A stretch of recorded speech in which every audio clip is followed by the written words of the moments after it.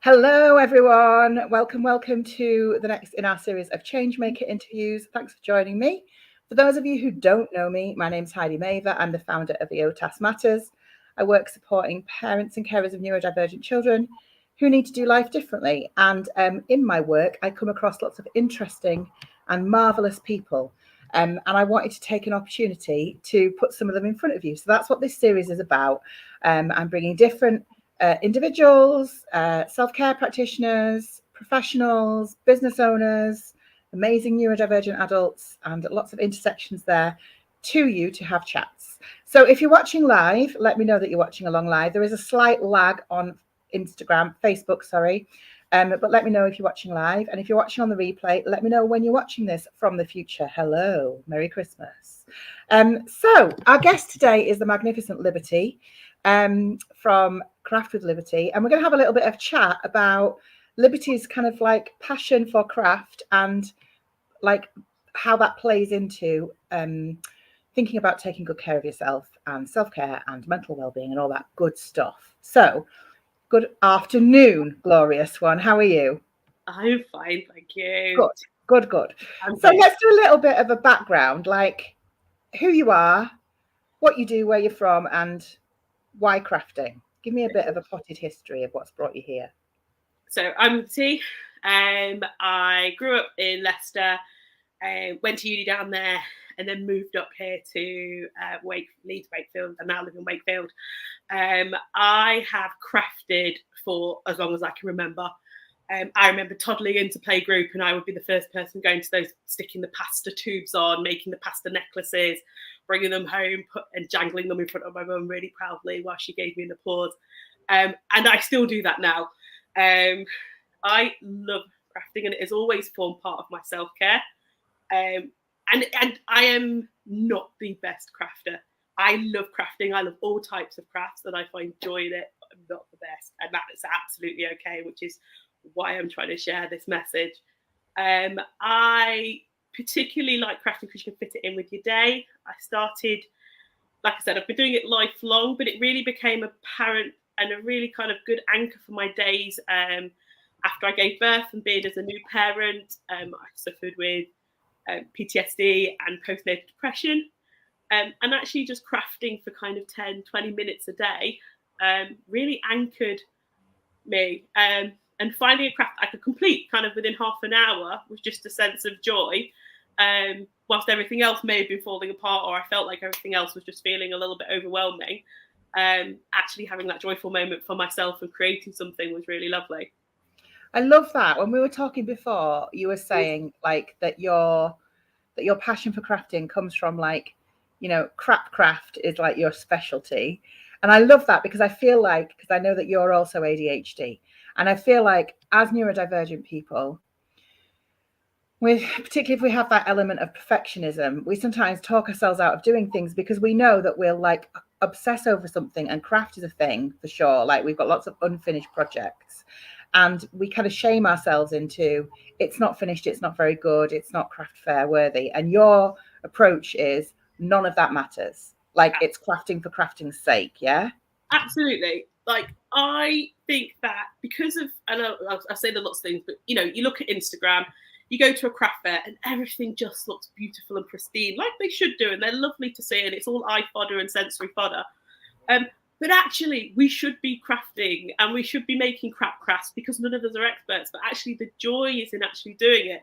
And I think we should even shout about these crafts because I get the pleasure from making it. I get the pleasure. I love felting, by the way. One of my favorite things at the moment is felting because I get to stab a bit of felt with a needle, and that at the end of the day to some heavy metal music really makes me feel I can process those anger and things. So I've actually brought along, this is my craft that I made. Some craft. I'm excited. This is my cactus. That's so cute. It's adorable. It's also very flat and two-dimensional. As you know, cactuses are supposed to be 3D, and when I looked at it online, it was supposed to be 3D. But I love it. Look how crap it is. Look at its little hat.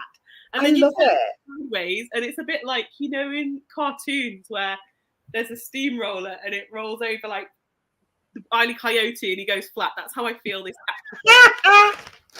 So I've smile every time I look at it. I even look at it, love it, when like it just falls off and it goes to the side and I find it under the sofa and I'm hoovering and I'm like, what's jammed it up again? Oh, it's that crap cactus. But the joy in is that I made it. I was sat in front of the TV, I was getting lost in my own thoughts, and I just went, do you know what? I'm going to just take 20, 30 minutes to myself and I'm going to stab out this cactus. And I love it regardless. And I think so often we strive for perfection in what we do. We know kind of in it with, and I know myself with my ADHD, different, that I can absolutely ruminate over little imperfections. I can get hyper focused on the bad. I can, and then I leave it, and then I start something and leave it, which is why kind of Craft with Liberty has come up, because I want to make crafts crap again. Please don't vote for Donald Trump. I'm going to try and work a better slogan than that. Crafts crap again. I love it. But also, you know, quick crafts. Crafting doesn't have to be that I'm going to make a dress and it's going to take me weeks. If it is, fantastic. But it can just be making. I tried to make another cactus. This one's slightly better. He tends to stand up, but it's literally a little bit of a flannel that I've just stitched together. I thought, can I make this into a cactus?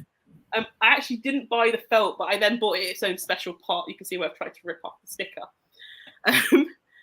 But again, it's just about finding that joy, finding kind of quick crafts you can put there, and also crafts that don't break the bank, because you can, I edit a bit of PhD, I can get hyper focused on something, and before I know it, there's a tufting gun in my Amazon basket. Yes. Like when I had a little bit of a flurry of intense interest around knitting, I never even finished. I started a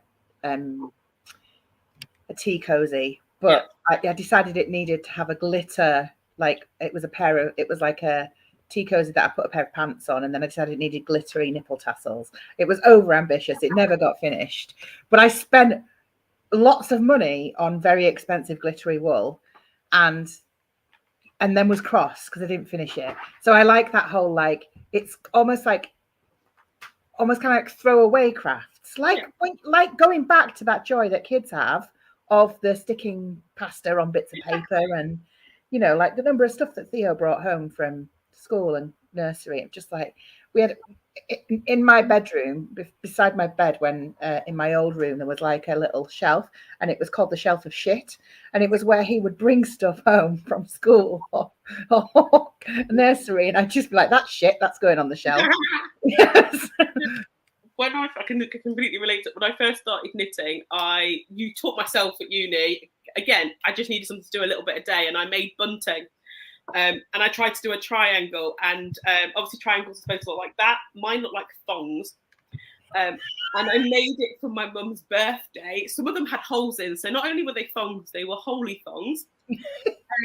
It's knitted to a bit of gingham ribbon, and my mum has it proudly above her kitchen. Now, there's 12 years between me and my sister, so when I first did this, I was 19, and she was 7, and people would come in and go, my mum go, my daughter made that. They go, oh, honey. And she'd be like, no, Liberty.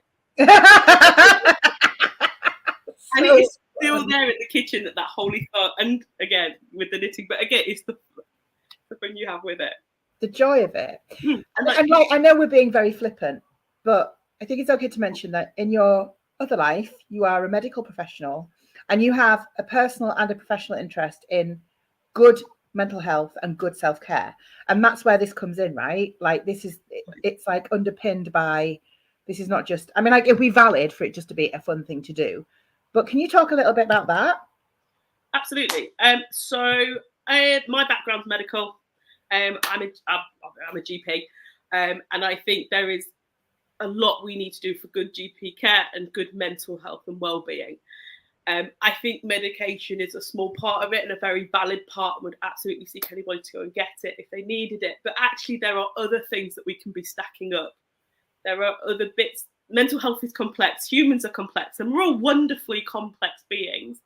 And as part of the kind of the mental well-being thing, I think is self-care. I think if we can good men, we always sometimes look at things negatively, like, oh, I don't have this, or it's okay because I don't have that. Well, actually, we can add things into our life, and one of those things is, and I believe, is crafting or a self-care moment that we go, no, this is for me, and this is for me to help me feel good and feel better and be there for me when I'm not quite, it's not a great day. Yeah. And I think the other thing about craft is that whatever kind of craft, I mean, there's loads of choices, right? You could do a different craft project every day and probably do that for a year. Like, there are so many different options and there's so many different things you could try. But also, I think, I don't know if maybe you can relate to this, but as an ADHDer, when I have had conversations with medical professionals about my mental health, there's often been a have you thought about mindfulness conversation. And for me, like, historically, mindfulness I thought was like sitting on the floor cross-legged, like which is just not possible for me with the kind of brain that I have. Just not possible. Whereas, like active mindfulness, which is what you can get from some kinds of crafting, is the same thing, right? It's brain rest. It's so something I always think in my head is somebody's peaceful walk on a beach. If someone tells me to kind of think about what will calm me down, it is me in a mosh pit. If you throw me on with heavy metal music into a mosh pit, that's my happy place. So when I think mindfulness is a similar thing. If we say to everyone, okay, sit there and think, you could get me to sit and think in a meditative position, and I'll probably think up about 20 ways where I don't have to sit there and I'm not rested. I'm looking at the walls, I'm looking at the door, I'm fidgeting. I've suddenly pulled out a bit of my hair and noticed there's a hole in my skirt. Like, it doesn't. Whereas crafting, for me, particularly with my ADHD brain that just thinks in mind maps, it is something for my hands to do. It is something for my mind to process. And if I do go off on a tangent, if I do get creative in another direction, it's an addition to it. So I would say for me, crafting can be used as a meditative, not sedative. God, no, can be used kind of as a mindful. But I think I think sometimes we fall into that trap of thinking self-care is putting a face mask on, sitting in the garden, like face mask on, putting on some whale music. Whereas for me, it's knitting to corn, and that's okay too. Yeah. That's like self-care isn't spa days is like one of my favorite phrases. Like, spa days are lovely and all, but they're not accessible for lots of reasons. Like, financially, physically, they're not accessible for lots of people, particularly parents. Like, to go on a spa day, you need to, like, for a start off, have childcare, right? Whereas to stab a needle into a piece of felt, or to have, I mean, like, you still need your hands free, but you can do it whilst you're doing other things, right? Yeah, and you can also adapt it. So I have arthritis, and if I can't embroider because my fingers just won't do as they're supposed to, I can do punch needle, which is, again, I know lots of my crafting sounds like I'm just stabbing things, but again, it's about the beauty of crafting is you can adapt it to everyone anybody can approach it in their own way. And another thing I sometimes think a barrier to crafting is numbers. My sister's dyslexic and dyspraxic and dyscalculate, struggles with instructions, and we sat there and we just did pictures, and we made a whole picture on how to make we made kind of a knitted skirt. We can measuring. I don't all of my crafting. So something I am doing in the future is bringing out a craft book, and the thing I don't focus on is measurements, because I think as soon as you start to see things like 12 millimeters here, 1 centimeter there, my mind can just be blown, and that's it. It's a big chunk of text and I can't access it. Whereas, there are other ways to do it. Do you know what? I tend to measure everything using my this little bit of my finger here. It's either 1 or 2 of that, or I've got markings. I do need to be straight. I've got markings on my scissors, and they're the only 2 things I need. I don't bother with a tape measure. And again, it's just about making it easier for you and making it easier for everyone. Yeah, accessible stuff. I know you're really hot on that, and you're hot on kind of like sustainability and reusing stuff you've already got. You don't need to go out and buy a load of stuff. No, I mean, and do you know what's hilarious? I can just reach, and I've got more crafting about with me. I love it. I made this. So this is my craft heart I made out of clay. Oh, that's so cute. This is basically flowers that my toddler brought home in his pocket that we just picked when we went out on a walk. And I just thought, could I roll this into a bit of clay? And I did. It's everybody, I think, when you think about crafting, thinks, right, I've got to have an Amazon basket filled with materials. I craft with bits around my house. I have jars. I love old jars. What's that? Jars. You know, like your old pasta jars. Oh, okay. I thought it was a type of crafting I'd never heard of. Jar. You mean jars? Yeah. Like I'm going to say dead flowers. Like pressed flowers in them in the kitchen that I hang up with just a bit of string, that Hessian string I found. One of my Halloween things I do every year is get rid of all the old fabric or clothes and make a little fabric pumpkin. Nice. It doesn't have to be really expensive. It doesn't have to be I need to spend X amount. And that's the kind of thing I want to bring in my Instagram, and that's the kind of thing I want to showcase in the book I'm writing. Is that craft is accessible. It should be fun, and you know what? It should start off craft, because beginners, everybody's got to start somewhere. And with my and certainly with my ADHD, I jump. You've probably seen I've mentioned about 5 different things already. Yeah. I hyper focus on one, and I may start trying to knit a blanket. The amount of times I've tried to knit a blanket, and I'll just knit little patches, and at some point I'll sew them all together, and then I'll move on to the next thing. Funny you mentioned a blanket. Helen, who's watching, Helen, who's an author as well, says she loves felting and stabbing. When I first tried knitting a blanket, it ended up being a triangle. Quite hard to get the tension right for knitting. I think it's a bit sciencey knitting for me, but I like patchworking. So I love making pom-poms. Pom-poms are so joyful. I don't know what you like. I don't know what to do with them after, but they're just the best things to make. We have them kicking about all over the house. And it's so funny when you start talking about it. And I wouldn't consider myself a crafter, but sometimes I'll have a little project and I'll just kind of obsess over it for a little bit. And then that's what it is, right? That's what crafting is. Exactly. Talk to us about the book you're working on, because this is interesting. I love this. So So I will be bringing out in autumn a craft book, and it is about kind of all those things that I love, but it's about accessible beginner crafts. It is about looking around the house and thinking, what can I make that's going to bring me some craft joy without breaking the bank, without having to get a big old list of chemicals and paints and dyes. It is bringing the joy back to those crafts. And so I'm setting myself the task of whenever I start something is noting it down, because like I said, I can just reel off, I've done this, I mentioned this, I've tried doing that. And I really I want to share that with people, because I think and I love a good craft fair, don't get me wrong. I love looking at all these beautiful things that people can make. My Instagram is filled with crocheters, even though that's probably the one craft I'm not very good at. And that's fine. But I want to think, do you know what? Just make it. And that's the kind of message I want to send and put out. I like how there's real, when you said about the flowers that you picked up from your son and that you pressed into clay, there's something really that you can really have a lot of, you can make memories with crafts. You can make things that are really personal and sentimental, that really mean something to you, and that when you pass them or when you pick them up, they bring you back to a place and fill you with emotion. And I love that about crafting. You don't get that with other things. You don't get that with, lots of things. And I also love that whole thing of, for me, one of my challenges is that I can't get off my phone.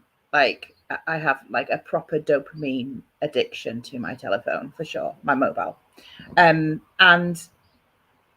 even to the point of, if I try and read or watch something, I still get distracted by my phone. But when you're crafting, very often you need both hands, or you get kind of drilled into it. And that is for me, that's a good brain rest, because I like coloring, so I guess you would consider that craft too, I guess, would you? Absolutely.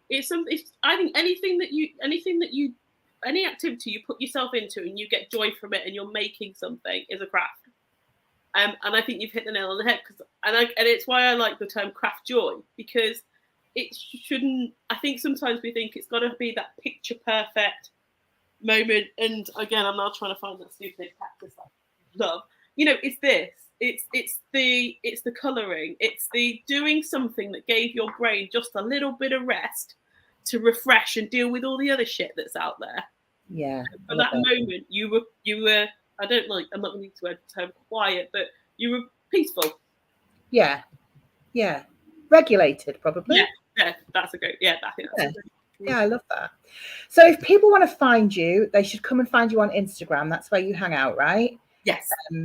And that you work under the handle Craft with Liberty. If you're watching this, please go and follow Liberty and take a look at what they're working on over there. What crafting are you currently doing? Like, what have you got on the go at the minute? I know you probably have a lot of things on the go, but talk me through what you've got on. So at the moment, we're just doing this to help me. It looks like I'm baking. I did put them out in the sun, but I'm making these little. You can't actually see it. If I lift it up, they'll all fall down. But they're called the little positive affirmation discs, and I can't decide whether to paint them or not. I have popped a post on Instagram, so if you're watching and you do let me know whether you think I should dip them in paint or not. But my idea is to put a little bit of string on them and then just go hang them around Wakefield. Oh, I love it. Let me know when you're going. I'll come with you. I can never say this term. I always say gorilla instead of gorilla. Gorilla. Just crafting on the dealo.